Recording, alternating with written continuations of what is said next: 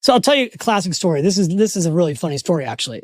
One of my first book signings that I did for the Automatic Millionaire was in New York City at Barnes & Noble. So I do the book event, right? Mm-hmm. And then I take questions from my audience. And this woman stands up and she's like, David, I love you.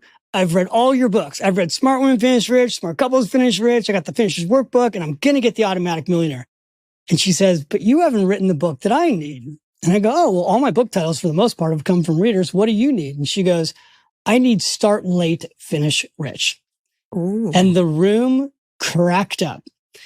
And I'm like, okay, I hadn't thought about that, but how old are you? And she says, I think she was in her 50s. Okay. And I said, okay, well, let me ask you a question. And I go, are you married? She said, yes, I am. I said, so my question to you would be, could you save $20 a day?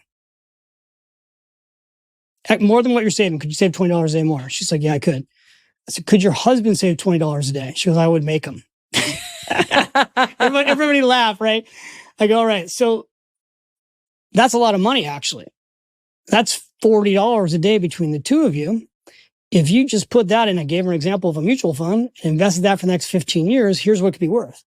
And the answer is it could be worth close to $500,000. Wow.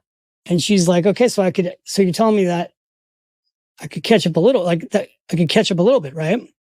I go, let's just play this out. It's 65. Is it better to have $500,000 or have nothing? She's like, it's much better to have $500,000. Mm-hmm. I said, great. So start with the $20 a day. She's like, okay, I can do that. Right? Because that's the whole thing. You got to figure out what can you do. Some Yes. people who are listening to me right now can do more than $20 a day.